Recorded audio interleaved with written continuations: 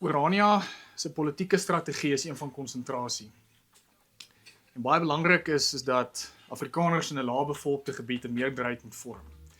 Dis ons politieke ideaal, dis ons politieke strategie, maar hierdie strategie moet ekonomies uitvoerbaar wees.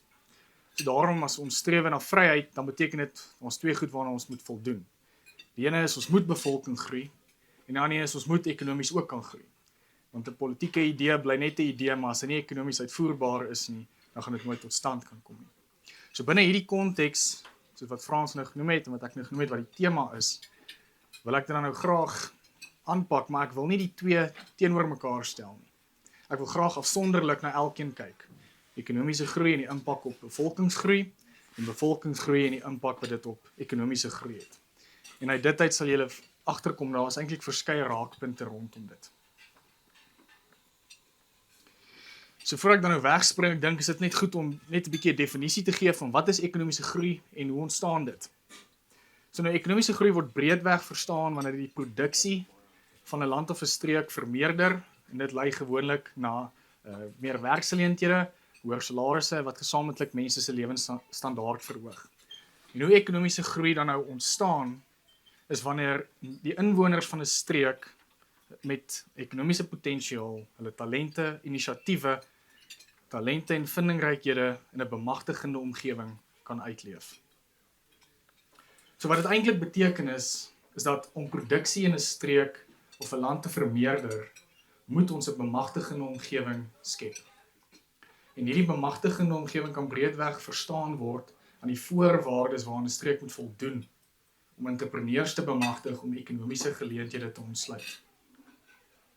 So ek wil vinnig sommer net aan 3 van hierdie voorwaardes raak. Ek gaan nie te in detail daarop ingaan nie, maar dit is net om vir julle 'n bietjie 'n konteks te gee van wat bedoel ons by voorwaardes. Die eerste een waarna ek kyk is die wet en orde. Wet en orde in 'n streek bepaal die reëls en regulasies. Dit skep vir mense standvastigheid, dit skep deursigtigheid en dit skep voorspelbaarheid sodat entrepreneurs weet wat om te verwag. En in 'n omgewing wat reëls heeltyd kan verander, wanneer heeltyd omstandigheid is, daar's soveel onsekerheid en dit maak mense nie daar wil vestig of kapitaal belê of besighede begin nie. Die tweede een is gehalte infrastruktuur. En die wonderlike ding van infrastruktuur is in sy wese vergemaklik dit handel dryf. En dit veroorsaak dat 'n streek sy ekonomiese potensiaal kan verhoog. So infrastruktuur lei dan basies tot die gevolg dat entrepreneurs ook meer kompeterend kan wees. En die laaste ene is goeie munisipale dienste en owerheidsadministrasie. So dienste buite die direkte beheer van ondernemings soos watervoorsiening, kragvoorsiening, veiligheid, vullisverwydering, al hierdie goed maak die entrepreneur se hande los dat hy op sy kernsaak kan fokus, sy kernbedryf.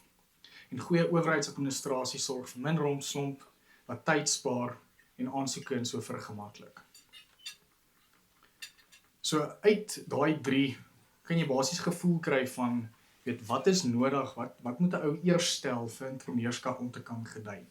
Maar die vraag bly staan is as ons sê dit is hoe ekonomie gestig word, wat is dan die invloed wat dit het op bevolkingsgroei? So ek het 'n eenvoudige voorstelling hierso wat dit baie vereenvoudig, maar dit verduidelik wat gebeur. So as jy 'n bemagtigende omgewing het, beteken dit daar kan entrepreneurs kom. En entrepreneurs vestig sakeondernemings en sakeondernemings skep werk. En wanneer mense werk het, verdien hulle salaris en hulle kan 'n bestaan voer. So dis eintlik eenvoudig. Hoe meer entrepreneurs jy het, hoe meer sakeondernemings het jy en hoe meer mense kan in jou streek vestig. En dit is presies wat ons hier in Orania doen. En dis wat ons presies besig is om te doen by die ontwikkelingsmaatskappy om te kyk na wat is hierdie voorwaardes en hoe ons op dit kan uitbrei. Nou die maklikste manier om vir julle te verduidelik hoe dit in praktyk lyk, is wanneer 'n ou gaan kyk na gebiede soos ekonomiese vrye zones. En die beste voorbeeld wat ek nou kan kry is om te kyk na Dubai en wat hulle daar gedoen het.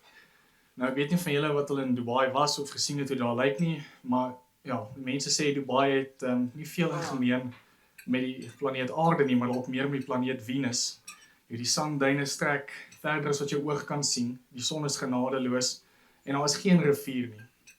Van die jaar 630 tot die jaar 1930 het Dubai nog nooit 'n bevolking meer as 80.000 mense gehad nie. Maar toe olie ontdek was, het dinge heeltemal begin verander. En een van hulle heersers daai tyd, Rashid bin Said Al Maktoum, 'n vreeslike naam, maar hy het agtergekom dat hulle olie iewers gaan opraak.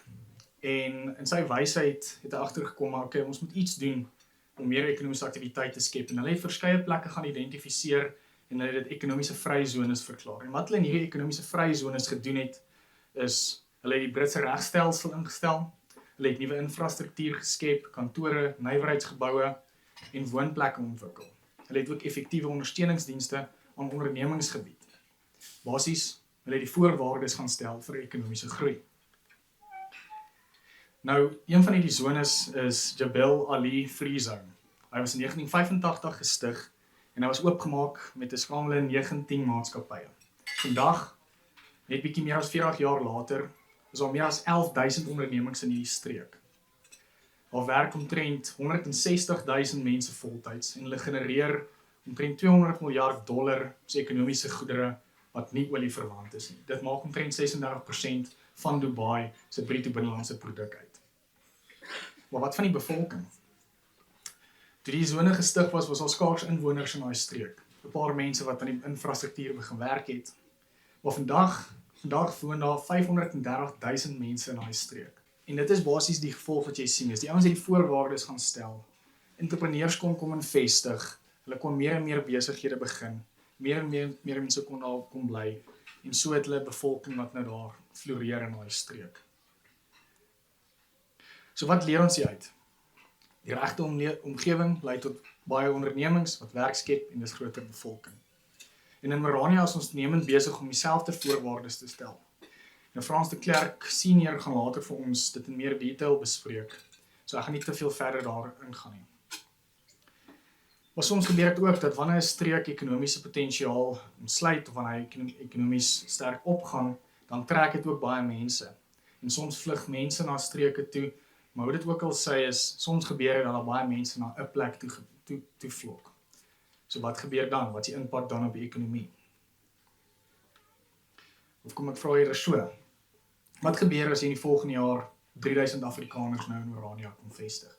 Nou ek weet binnekort gaan ons die winterspele omtrent so 3000 mense hê, so dit sal vir ons voorsmaakie gee van hoe dit sal wees. Maar wat gebeur as hulle van hulle permanent vestig oor die volgende jaar? So Paul Ehrlich, Stanford bioloog, wat die bekende boek The Population Bomb in 1968 geskryf het geglo dat die wêreld éventueel in 'n probleem gaan eindig want daar gaan te veel mense wees en sy hulpbronne gaan uitgeput word. Julian Simon, 'n ekonoom by die Maryland Universiteit en 'n senior genoot van die Cato Institute, hy het anders geglo. Hy het gesê nee, meer mense is nie net meer maal om te voer nie, maar ons meer mense om te dink, probleme om te los en te innoveer. Nou die geskil tussen die twee het so groot geraak dat Julian op 'n punt gekom het wat hy vir hom gesê het, "Kyk Paul, is reg. Kom ek gaan jou 'n weddingskap aan. Kies enige rou materiaal en kies enige tydperk. Ek weet jou die reële prys gaan afgaan oor daai tydperk." Paul het toe aanvaar en hy en twee van sy kollegas het toe 'n mandjie van 5 kommoditeite gekies. Was krom, nikkel, krom, nikkel, tin, wolfram en koper op 29 September 1980. Interessant genoeg, teen 1990, die wêreldse bevolking 10 jaar later, hulle het dit ooreengekom met oor 'n dekade te meet, en toe in 1990 het die wêreldse bevolking in daai tyd met 20% toegeneem, omtrent 850 miljoen mense. Nou, as Paul reg was, dan sou dit beteken net dat hulpbronne moes uitgeput word, daar skaarsheid sou ontstaan, wat sou pryse opstoot. Maar dit het nie. Inflasie oor die tydperk nominaal was 57%. Die mandjie in minerale, wat uit minerale bestaan, wat hulle geprys het in nominale terme maar $4 opgegaan oor daai tydperk, van $1000 na 1004. In reële terme, die waarde van daai mandjie met 36% gedaal.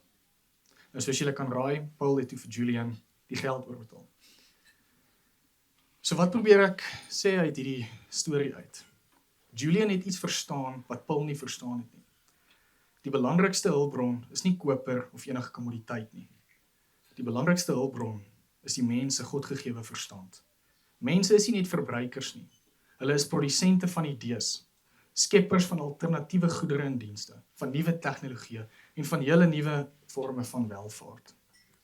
Elke bykomende persoon is dus 'n moontlike probleemoplosser, 'n innoveerder, 'n entrepreneur, 'n wetenskaplike, 'n werker, en hulle pogings dra by tot die ekonomiese groei om die lewe vir almal beter te maak. Mense is 'n aanwinst, hulle is nie 'n las nie. So as iemand my vra, wat gebeur as hier nou ewe skielik 3000 Afrikaners in Oranje kom vestig in die volgende jaar? Dan is my antwoord, ons gaan heel waarskynlik sterk ekonomiese groei sien. Maar om dit so 'n bietjie meer af te bring na 'n praktiese kan ek sê voorbeeld of waar ons dit sien het gebeur in die wêreld, dan kan ons byvoorbeeld kyk na Israel. In die boek Startup Nation, die skrywers Dan Singer en Saul Singer, immigrasie beskryf of op dieselfde vlak gesit wat bygedra het tot die ekonomiese wonderwerk as enige ander faktor. Nou in die eerste 3 jaar van Israel se stigting in 1948 het Israel se bevolking verdubbel. Later aan sien ons in die dekade van 1990 tot 2000 dat omtrent 800,000 Jode uit Rusland uitgevlug het. In daai tydperk in 'n spasie van 3 jaar het 'n half miljoen alleen gaan vestig in Israel. Maar nou, wat belangrik is ook is dat die Jode is 'n volk wat hulle self goed oplei. Toe die Jode uit die Sowjetunie gevlug het, was hulle daai tyd omtrent so 2% van die populasie. Maar hulle het 20% van die ingenieurs uitgemaak en 30% van die dokters. So dit wys jou net die vlak van menslike kapitaal onder hulle. Maar hoe dit dan nou ook al sê, in daai 10 jaar het 800,000 van hulle ook gaan vestig. So die vraag is wat het met hulle ekonomie gebeur? In daai 10 jaar, in reële terme, hulle ekonomie het met 80% toegeneem. Nie agteruit gegaan, het vorentoe gegaan. Maar dit is so, daar is 'n massa toestroming van mense, en dit het die owerhede geweldig, kan ek sê, oorweldig. Want ja, nou sit jy met al die mense, jou infrastruktuur kan nie almal akkommodeer nie, daar's nie skole vir almal nie, daar's nie mediese sorg nie, so jy het hierdie korttermyn wrywing. En ja, dit is so dat mense stoei in armoede in daai tyd. Maar hierdie is ook 'n aanmoediging vir hulle om hulle situasie te verbeter. Een van die stories was 'n professor in wiskunde wat uit die Sowjetunie gevlug het, en die eerste werk wat hy kon kry was 'n sekuriteitswag by een van die skole. Maar dit was nie lank nie, toe dog hy maar wag, ek kan mos in die aande klas gee. En hy kry 'n paar van die mense wat saam met hom oorgegaan het. En vandag is dit het dit gelei tot een van die top opleidingsinstellings in Israel. So die mense maak planne, daai omstandighede forceer hulle om innoverend te wees. So dieselfde kan gebeur op Oranje. Dit is so, nie almal is altyd netto bydraers in die samelewing nie. Maar met korttermyn wrywing, met wrywing in die korttermyn, is al verseker in die langtermyn ekonomiese groei. So ten slotte wil ek sê, dat ekonomiese groei lei tot bevolkingsgroei, deur die werksgeleenthede te skep, wat dit moontlik maak vir mense om te vestig. Maar andersom kan bevolkingsgroei ook tot ekonomiese groei lei, want meer mense beteken dat daar meer goddelike verstande is om probleme op te los. Oranje se ekonomie, soos ek dit sien, is, kom ons bou ons eie ekonomiese sone, 'n boere-ekonomiese sone. En wanneer Afrikaners hier wil kom vestig wat 'n netto bydrae kan maak, dan verwelkom ons hulle. Ja, ons situasie is nie dieselfde as Dubai of Israel nie. Maar as hulle sukses kom bereik in hulle draaglike omstandighede, dan beteken dit ons kan verseker ook in ons. Baie dankie.